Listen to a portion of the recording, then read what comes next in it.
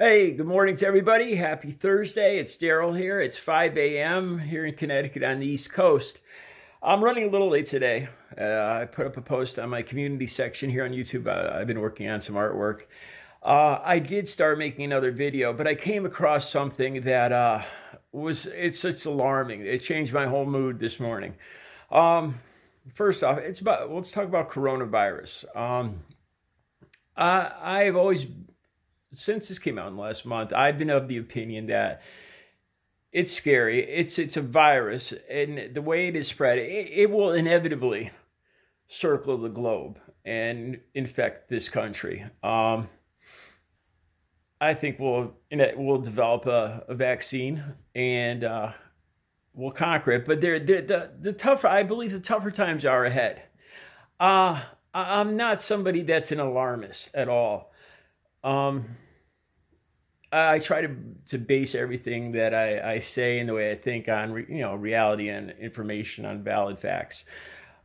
That being said, I'll show you guys a clip at the end of this video right now.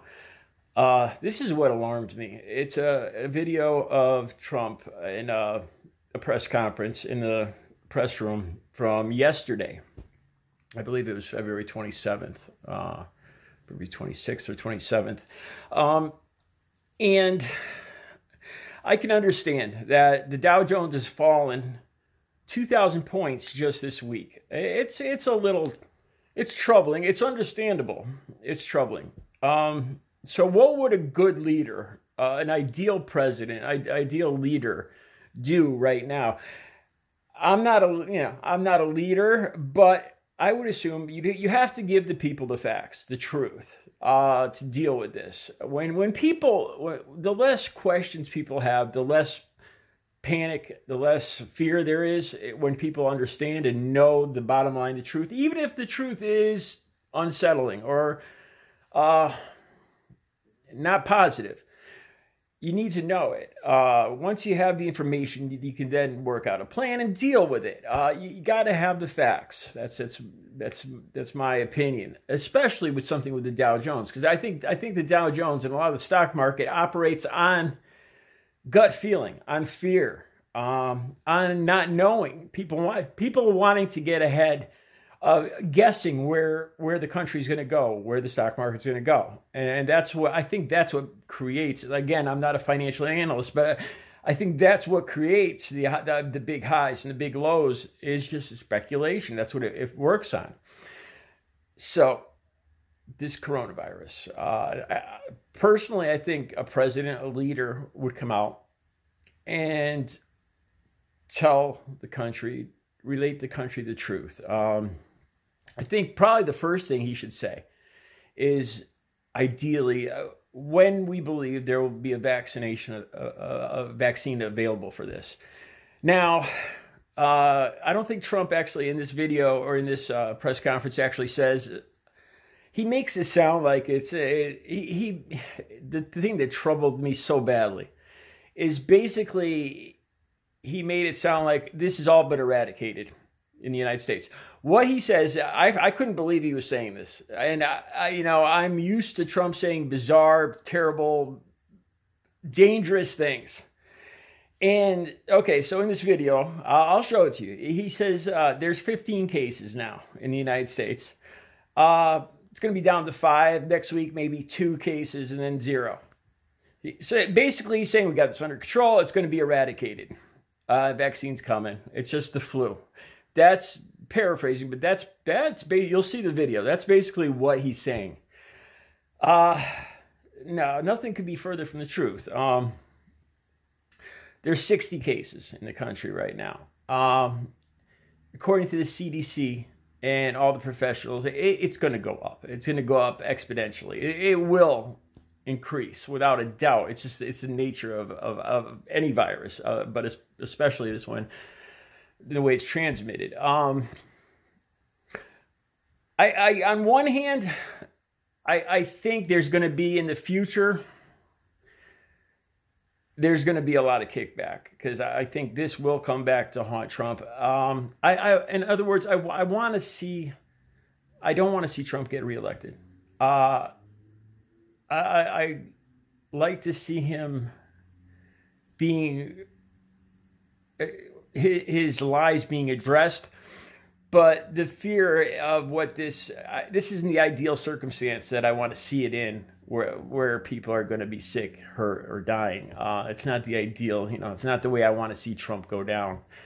But what he's saying, and I think, like I said, I think this will be a serious problem for him, especially come election time, is what he said just yesterday, that basically lying to the whole country that we've all but eradicated it.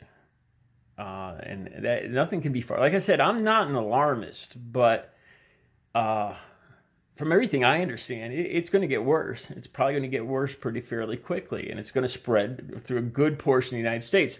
One of the most troubling things, just recently, there's a case in California, but the troubling thing about this is this person has had absolutely no contact, no travel, as far as anybody could figure out.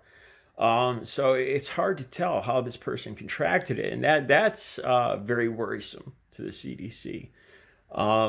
No travel, no contact at all with anybody that's sick. So this is something they're working on hard and fast right now. It's something that needs to. I mean, I guess the underlying question is there some kind of mutation where it's how could this be? How could this have spread without any travel? So either something is being missed or it's a more scarier answer. So anyway,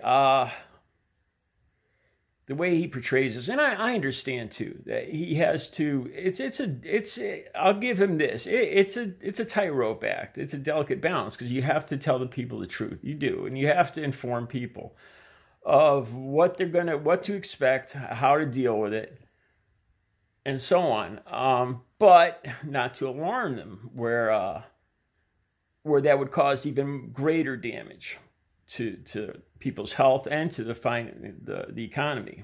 So it's a delicate task, and this is exactly the kind of thing that this president is not cut out for. This is the exact reason that I didn't vote for him in 2016 when an issue of this serious, something so serious comes up where you need somebody. This is a case where you need somebody that can do that, to make that balance, can walk that tightrope of telling the truth, of telling the facts, preparing people, giving them the honest truth, but not letting it get to a fear stage, not letting it get out of hand. It takes somebody that could speak and can relay ideas, that could and somebody that can it needs somebody that people can believe.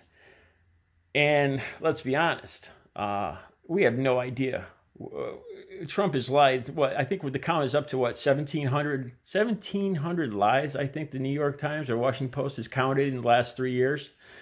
Official, fact-checked. So if there's one thing that this president is not, is trustworthy. So in a situation like this, you need to be able to believe what a president, what somebody in this position, you need to be able to believe what they're saying. It's very important, and this is a situation where him being president, I think, can just be nothing but dangerous in the long run. So anyway, here's the clip. You guys have a good Thursday. I don't think it's inevitable. It probably will. It possibly will. It could be at a very small level, or it could be at a larger level. Whatever happens, we have a total of 15 people, and they're in a process of recovering, with some already having fully recovered. We're at that very low level, and we want to keep it that way. So we're at the low level. As they get better, we take them off the list, so that we're going to be pretty soon at only 5 people. And we could be at just 1 or 2 people over the next short period of time. And again, when you have 15 people, and the 15 within a couple of days is going to be down to close to 0, that's a pretty good job we've done. Again, to be clear, the total number of confirmed cases presently in the U.S., including evacuees from other countries, is 60. The president also made this prediction about a vaccine. It's a little like the regular flu that we have flu shots for, and we'll essentially have a flu shot for this in a fairly quick manner. But moments earlier, a CDC official from that very same lectern said a final vaccine is at least a year to 18 months away. Washington Post is reporting Trump is again very worried about the economic impact of all this. Quote, Trump is highly